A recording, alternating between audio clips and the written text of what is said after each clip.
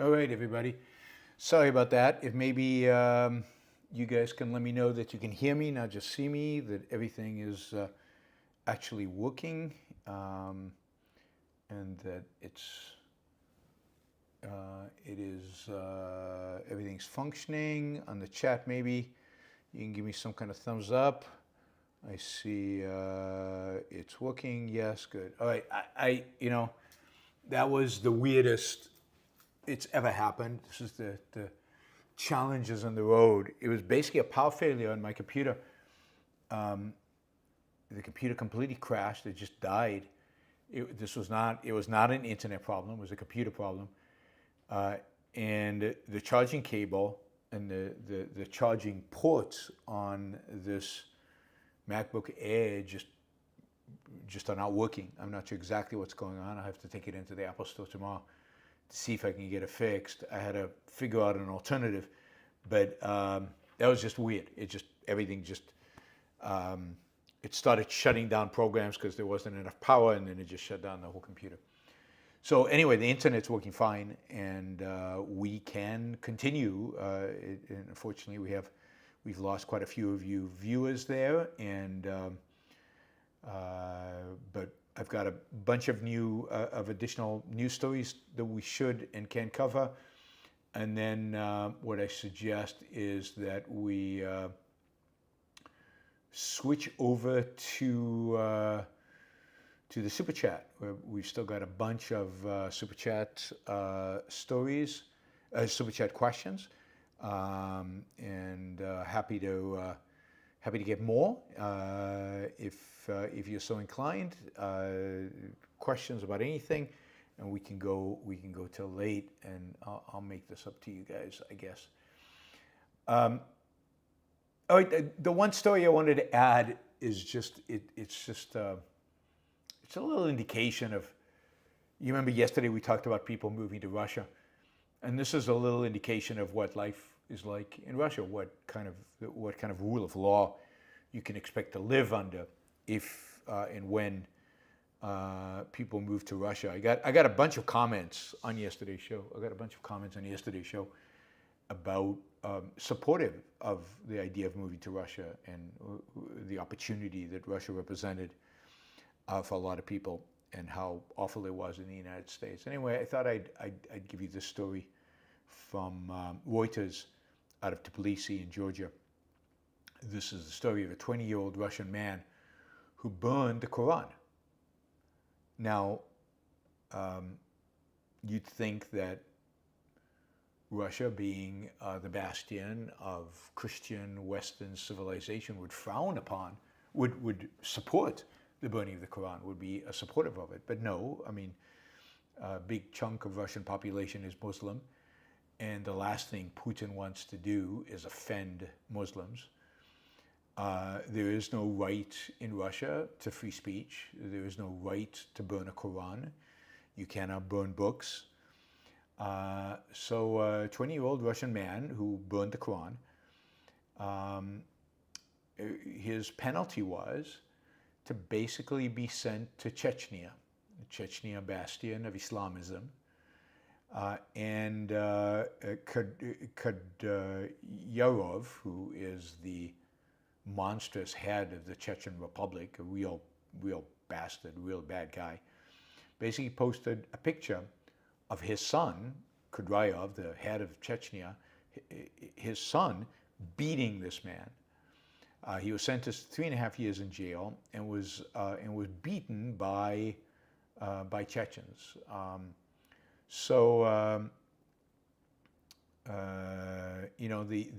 The explanation for why he was extradited to Chechnya.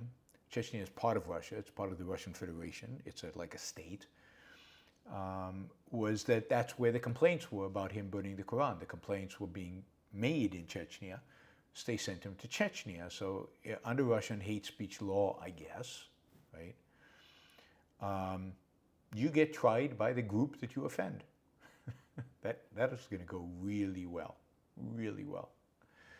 So Muslim get to torture I guess a white Christian because he burnt the Quran.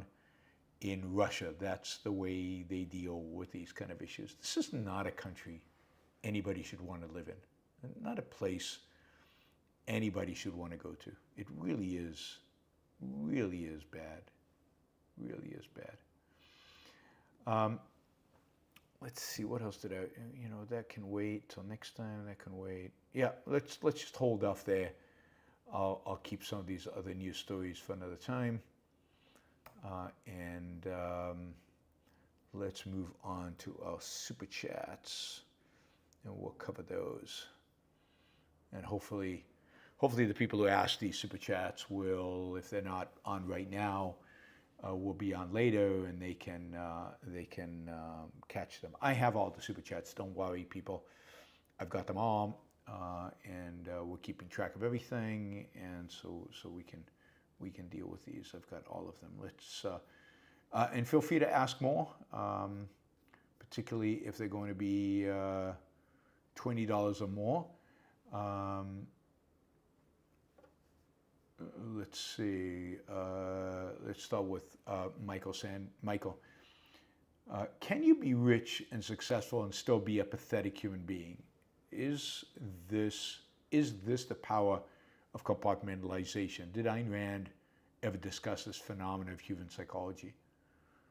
Of course, you can be rich and successful and still be a pathetic human being. I mean, depends what you mean by pathetic human being, but and how pathetic could you be?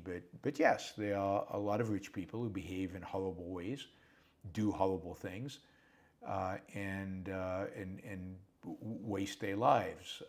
They might have been successful at something. This is the power exactly of compartmentalization. This is the power of being able to be effective and rational in one realm of your life, and not effective and not rational in other realms of your life. So it isn't surprising. I mean, think of Dr. Stadler in Atlas Shrugged. Now, he's not rich, but he's definitely successful, and he's definitely doing important, succeeding in his scientific discoveries for a while. But you could also say he's pathetic, right? Because he's working for his destroyers, and he ultimately leads to his own destruction. So, did Ayn Rand ever discuss this phenomenon of human psychology? Yeah, I mean, she discussed it in Atlas Shrugged with Dr. Stadler. Again, I wouldn't call Winand a pathetic human being, but he is a flawed human being.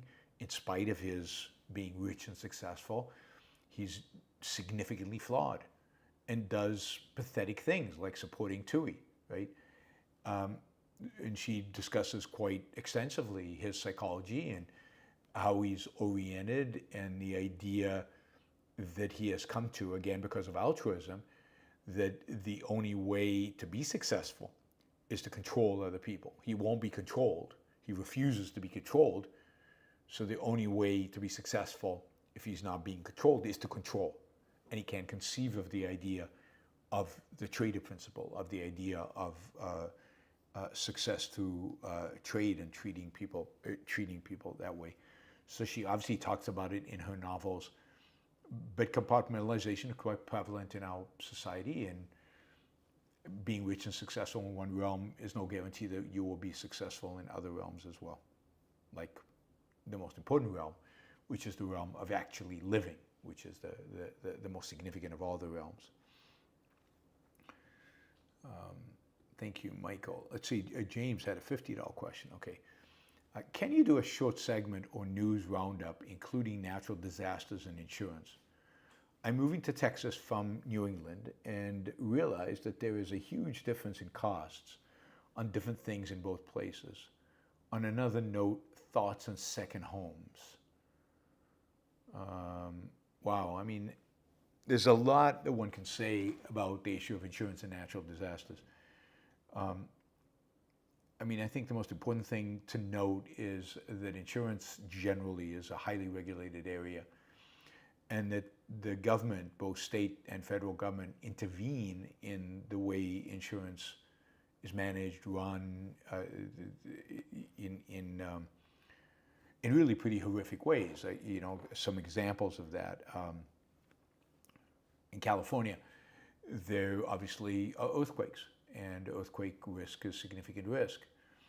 And private insurance became quite expensive in California for earthquake insurance because people were building homes in areas that were incredibly risky, and the insurance company wanted to cover their risks. Well, the state of California, so a lot of people weren't buying earthquake insurance, and a big incentive not to buy earthquake insurance was the idea that, the federal government, if there was a big earthquake and your home got damaged, the federal government would come in and bail you out.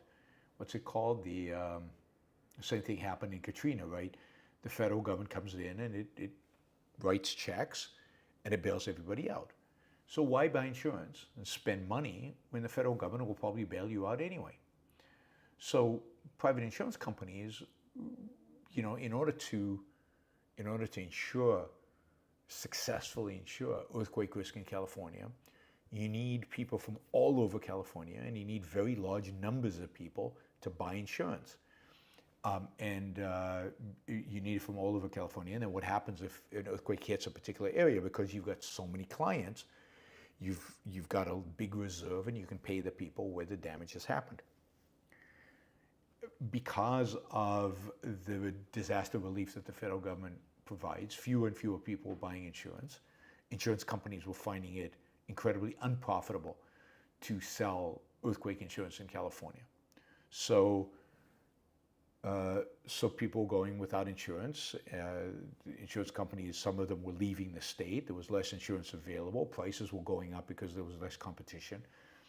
So the state of California stepped in and said, okay, since all these private insurance are price gouging you, right? They're charging you too much money. We're going to step in and provide insurance, and we're going to subsidize it. So we're going to provide you with cheap earthquake insurance. So the state comes in, and what does that do? Well, that provides, that makes it completely impossible for private insurance companies to provide earthquake insurance in California because they're being undercut in prices by the state.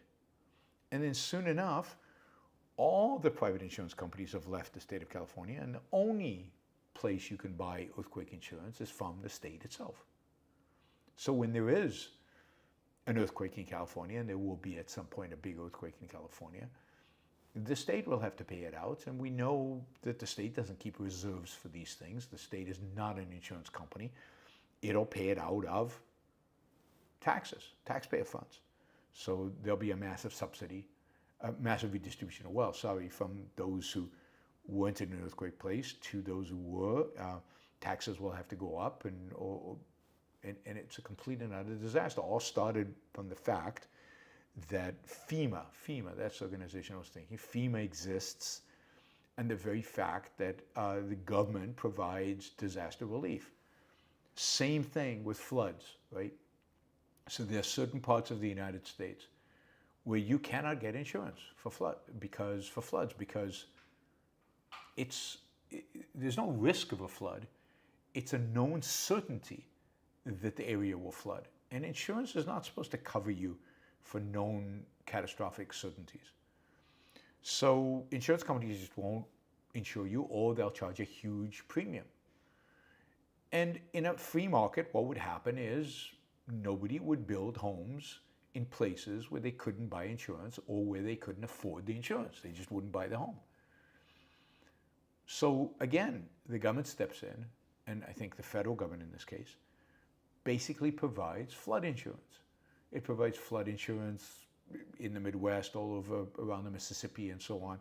It provides flood insurance on the coast in Louisiana and northern Florida that tend to flood when there are hurricanes and everything else. And there are these insurance policies that the government provides that make it possible for people to live in places that they really shouldn't live in. They really shouldn't live in because the bad thing is going to happen. And if you can't find insurance, that's a good indication that maybe you shouldn't live there. So a lot of rich people who have beautiful beach properties in Louisiana, Mississippi, the panhandle of Florida, and under normal circumstances could never insure their homes, now have it insured by the government. Literally, insurance policy by the government. And so you see this over and over again, and that completely distorts insurance markets, perverts them, so that it makes it very, very difficult to analyze insurance markets, then analyze what the risks are when you go to a particular place. I mean, the beauty of insurance is it provides you real guidance in terms of the risk you actually face. You actually face. And that is out because of government distortions. You say, I'm moving to Texas from New England and realize that there is a huge difference in cost on different things in both places. Yeah, I mean, you're facing a different market environment, you're facing different, most importantly probably, you're facing different regulations, different controls, and different sets of risks associated with, you know, running a business or just living life in Texas versus New England. I don't know what the particulars are, what costs you're talking about, but that's the case. And then you write on another note, thoughts about a second home. I mean, that's very broad. I mean, it really depends on your context, on your life. There is no one thought on second homes. I mean, I think it depends if you can afford it. Are you going to use the second home? Are you going to rent it out? Are you just going to have it there for vacations or whatever? The biggest, I think, challenge with second homes is you have to maintain them.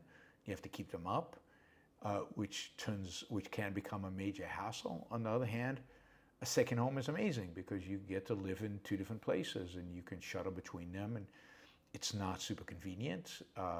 We landed up selling our home in California because managing two homes was too much and they were too far apart, California to Puerto Rico. Maybe if they were closer, it wouldn't have been that big of a deal. We weren't spending anywhere near as much time as we thought we would in the California house. Spending most of the time, almost all the time in Puerto Rico.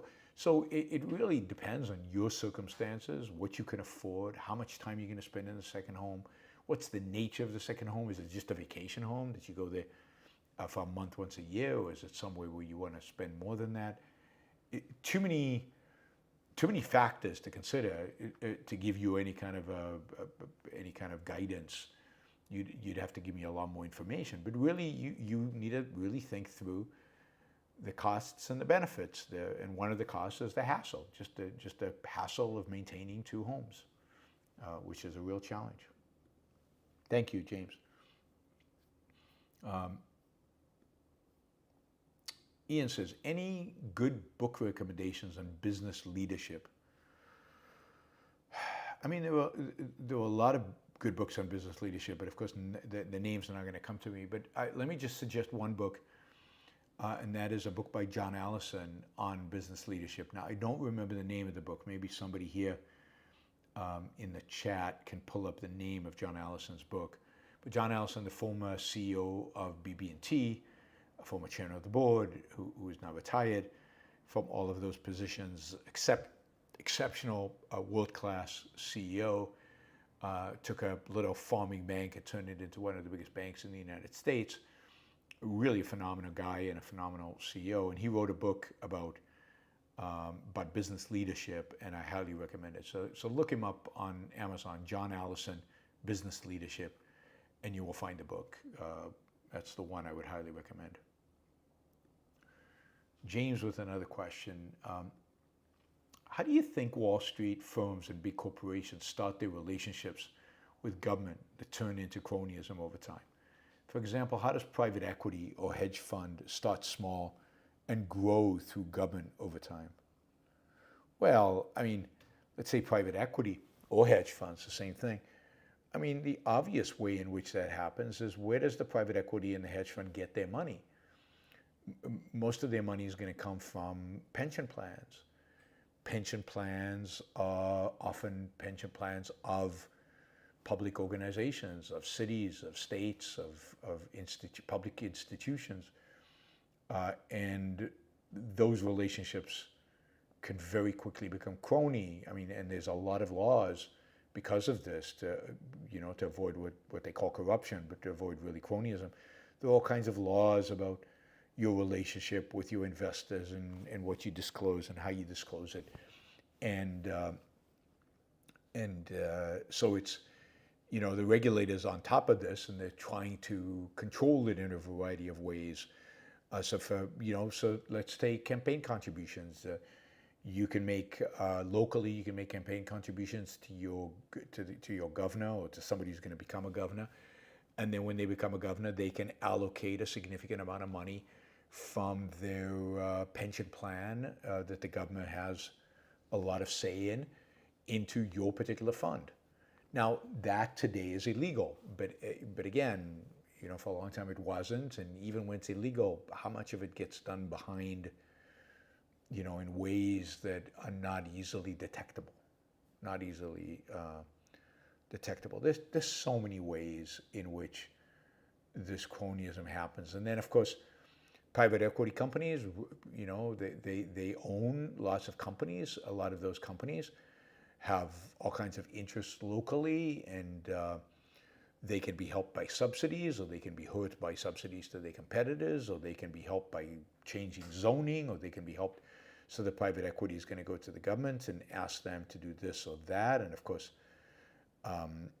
what do they give them in return? So cronyism's all over the place. It's in the source of funding for these funds, but it's also in how that funds are deployed, which companies. So you can imagine the governor of Pennsylvania coming to a private equity fund and saying, I'd really like to see more of your capital allocated to companies in Pennsylvania, and if more money is allocated to companies in Pennsylvania,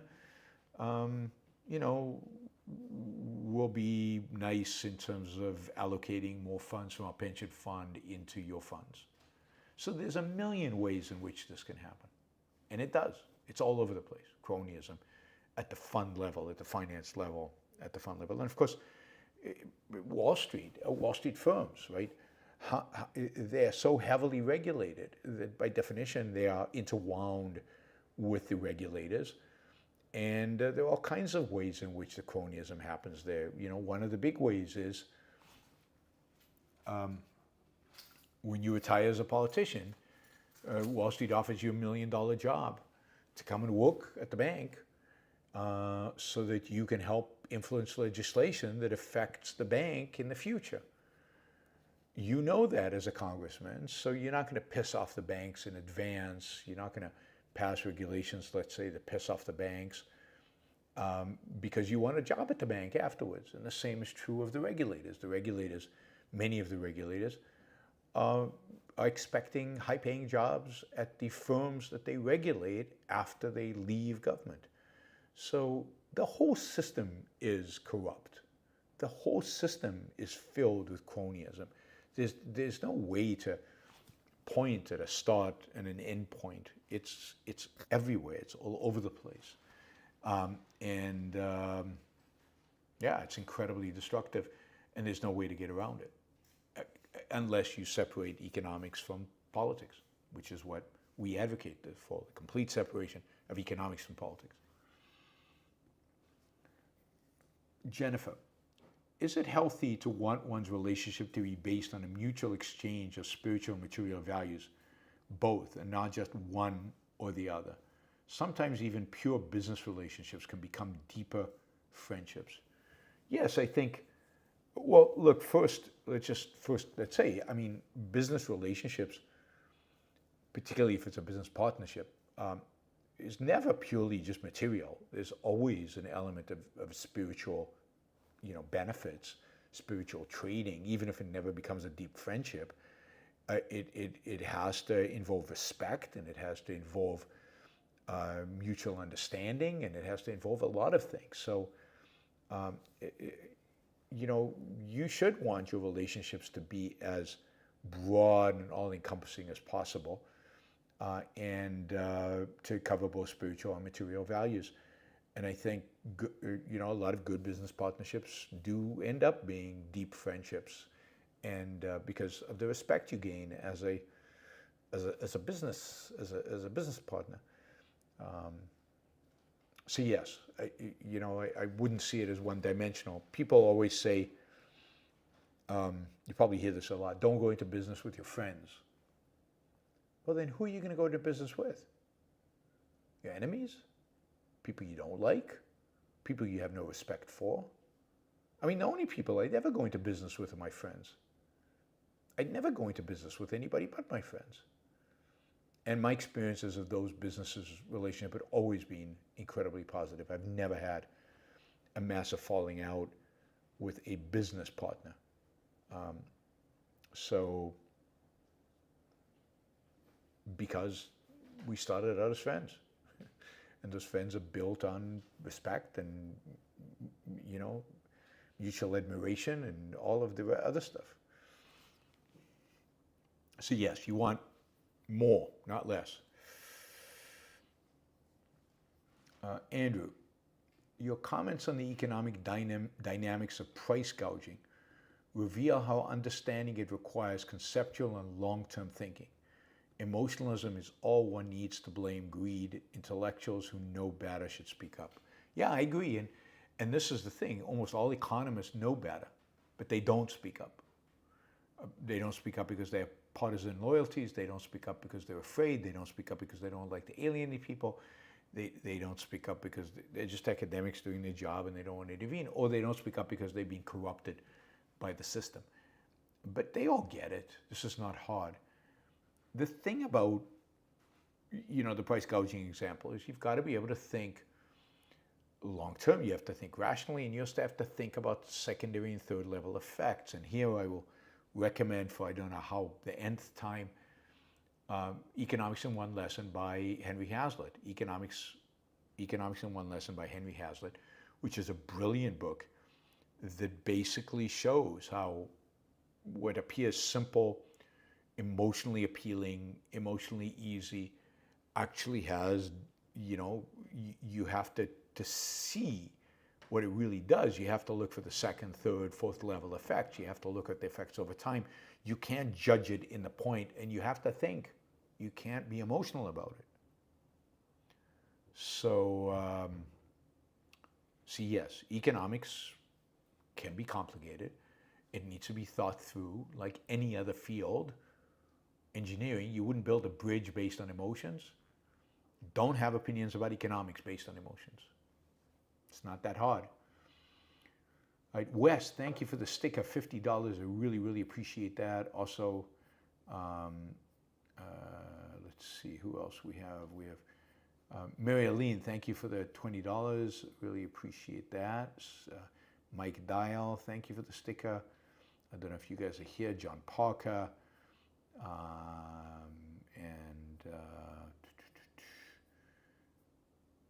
And Stephen Harper, thank you all for the stickers. Really, really appreciate them. And yeah, you too can support the show with a sticker. It's pretty easy. You don't even have to ask a question. Of course, you can also ask a question and enhance the show by the question itself and by getting me to answer it. Expands the content. All right, let's see. Yeah, sorry about the technical difficulties, but this is what being on the road challenges, and I don't know what happened. I don't know what happened exactly. We'll figure it out for next time. Glad it's working now. Thanks for the patience, everybody. See if this works. Why is this not working? All right. Michael says, I disagree with you about, I disagree with you somewhat on Benny Morris. In the past, he was awful, but lately he's been really defending Israel unapologetically. But you see, his defense of Israel, the fact that he's defending Israel unapologetically is really, really bad. Because what people then see is, okay, they see Benny Morris defending Israel, and then they go and read his books. And his books are full of distortions and lies. So I would rather he just shut up and go in a corner and leave. Or if he's going to defend Israel unapologetically, then he should also say, look, I made some errors in my book. I did things that are bad in my book. Don't read my book. So read my books with the caveat that some of the stuff I say there is not true. Or he write a new book that rewrites what he wrote back then. But the reality is, that his mistakes have been pointed out by other economists, by other historians, sorry, and he has denied, and he has refused to make any corrections or to acknowledge any mistakes. So it's worse that he's defending Israel right now, because again, that will legitimize certain of his evasions that are in his books in the past, because they say, oh, this is written by a supporter of Israel. It must be right, or it must be biased towards Israel, when it's not. It's the exact opposite. So when you don't make amends for the past, you do more damage by defending Israel than if you just shut up and stayed out of it. This is Benny Morris, who was on Lex Friedman's debate about the Israeli-Palestinian thing, and he's on a lot, and you could see how ineffectual he was in that debate, because Finkelstein, who's the enemy of Israel, kept pointing out stuff that Benny Morris himself wrote in his own books. And Benny Morris at no point said, yes, I screwed up. What I wrote back then was wrong. So it was used against him, and he couldn't fight it. He couldn't argue against it, because he said it himself. So sometimes you have to dig a little deeper and think a little bit more in terms of the long-term consequences.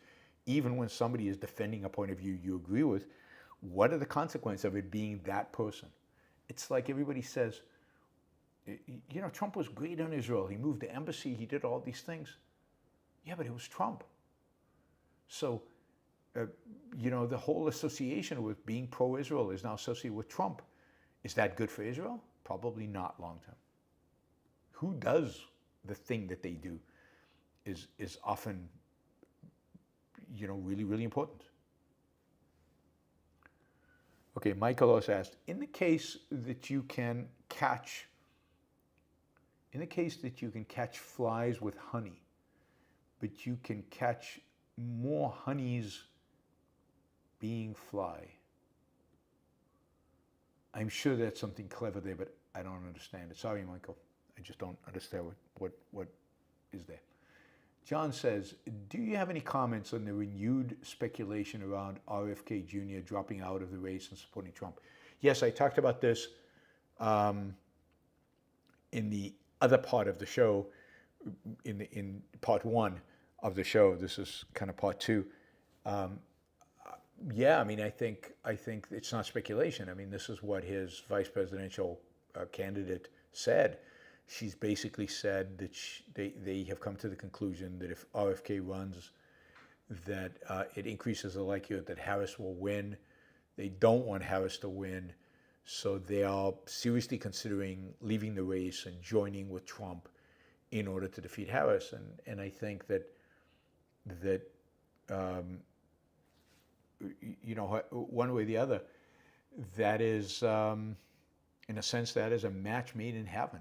I mean, RFK and Trump deserve each other. They are perfect for each other. They're both kind of nutty and crazy, and yeah, I can see that. I can see that working, right?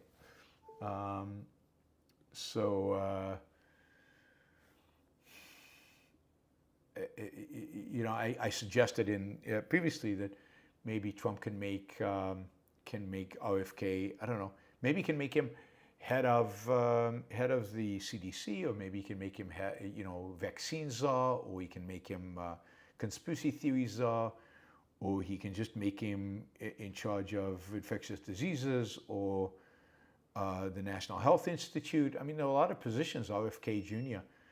is supremely qualified to hold, and I'm sure that Trump will consider him for. Mary Aline says, I just subscribed to the Grumpy Economist based on your recommendation. I read some archives and I'm enjoying it a lot. Good. I'm glad you did that, and I'm glad you're enjoying it. That's great.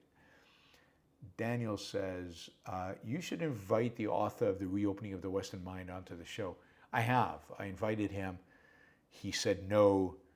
He had two responses. One, he said no because he doesn't do interviews. He's not interested in doing interviews. And two, he's an opponent of capitalism.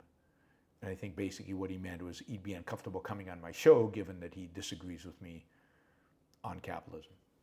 So there you go. You can be great on history, even on the defense of reason and science in history, and awful on any kind of understanding of the world in which we live, which is sad.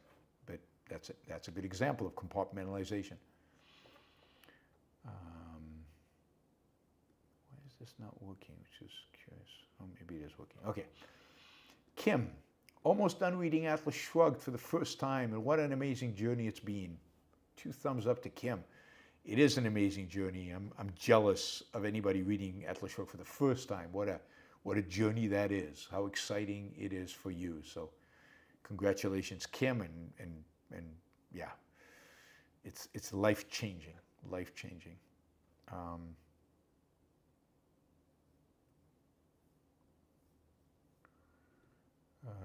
Let's see, Crazy stuff. I guess it's Christoph. It's just spelled weird because it's Polish, maybe. Christoph asks, do you offer one-on-one mentorship advice? Yes, I do. I offer coaching. It's expensive. It's $1,000 an hour. But if you're interested, Yaron at yaronbrookshow.com. So Yaron at yaronbrookshow.com. And so I do offer coaching, advice, mentorship. $500 for half an hour. So either way, let me know if you're interested. Yaron at yaronbrookshow.com. Hopefully you're on the show right now, so you can. Michael, how do people evade for an entire lifetime and not go insane? I don't know. They can't evade all the time. They have to be selective. They live off of the achievement of other people. That is, the fact that other people are not evading makes it possible for the evaders to survive and not go insane and stay alive, not die, if you will.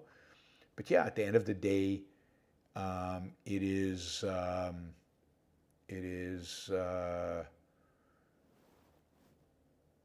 hard to understand how people evade on a regular basis. I can understand an evasion here and there, but how they can do it on a regular basis and run their lives that way, how pathetic and miserable is that? And it really is pathetic and miserable. Philosophy at Work, coded message to maribbens. I'm worried I won't achieve my goals in the gym because of those damn immigrants. They're gonna take our squats. They can have my squats. They're gonna take our squats. Nobody's taking my squats away, unfortunately. Still gotta do those squats. All right, Andrew, what is the moral argument for price gouging? I mean, the moral argument is the pursuit of self-interest. I mean, you've got an opportunity to make more money. You've got an opportunity to benefit yourself. It's not at anybody's expense. It is kind of a market thing. It's a trade. People are not going to pay you the higher price unless it's worth it to them. A trade is win-win. You might be winning more than usual in this trade. Why not? I mean, life is about winning more. So more is good. More profit, more money, more success is good. So yes, I would say the moral argument is self-interest. The moral argument is pursuit of profit, the pursuit of more, the pursuit of a greater return on your investment in your business. All right, we're almost done. So I've got three last questions. If you'd like to come in with a question right now, or you'd just like to come in with some support for the show right now, that would be great. Again, I apologize for the technical problems we had earlier. You know, I can't guarantee it won't happen again, but at least this particular problem won't happen again. We're going to figure this one out and solve it. I already have, in a sense. It's a power management issue on my laptop, and I figured a way around it, but we will solve it. But if you would like to, support the show, please do so now before we get off. You can do it again with a super chat or with a sticker. Mary Arlene, you were talking about Obama as a speaker when you lost power. I'd like to hear what you were going to say. Well, I can notice that I was and with emotion, which is important.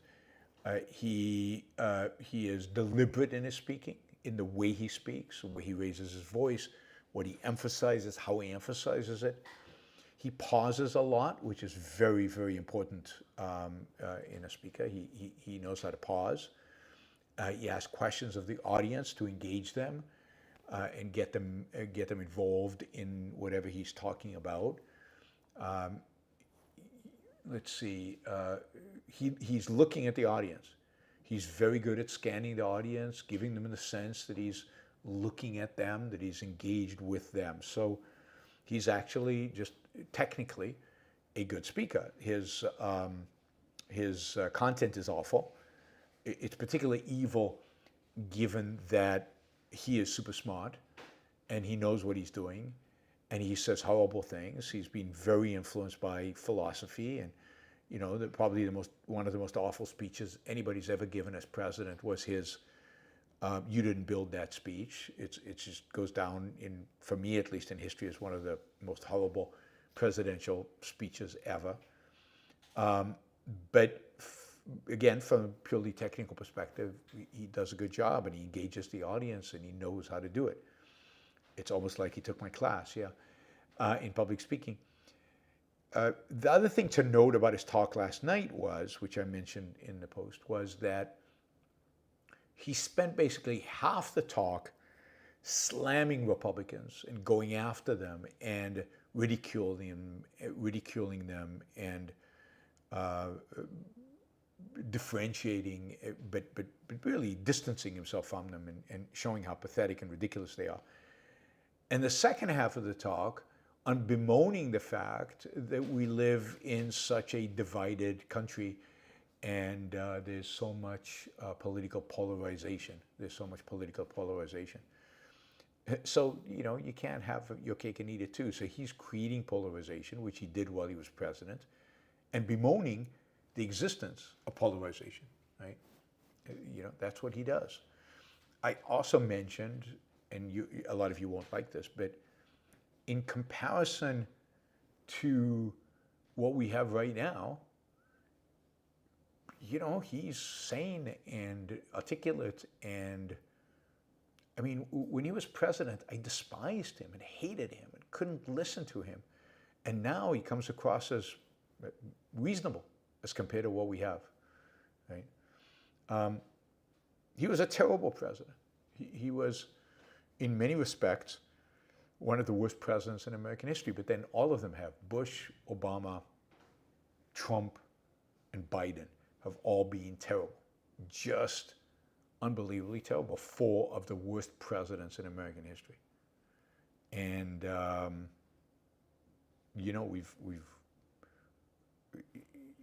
Clinton looks amazing in comparison to all of them. Not mediocrity. He wasn't a mediocre president. He was an awful president. Whether it's Obamacare or whether it's the demeaning of America and the moral equivalency. I mean, he is a big part of the reason that the Trump phenomena exists. It's a backlash against the kind of smug, anti-Americanism that Obama exhibited. Smug anti-Americanism. I think that's a good phrase, smug anti-Americanism, to describe Obama. All right, Marilyn, she's got the name of John Allison's book. The name is The Leadership Crisis and the Free Market Cure. The Leadership Crisis and the Free Market Cure. That's John Allison's book on business leadership that I recommend.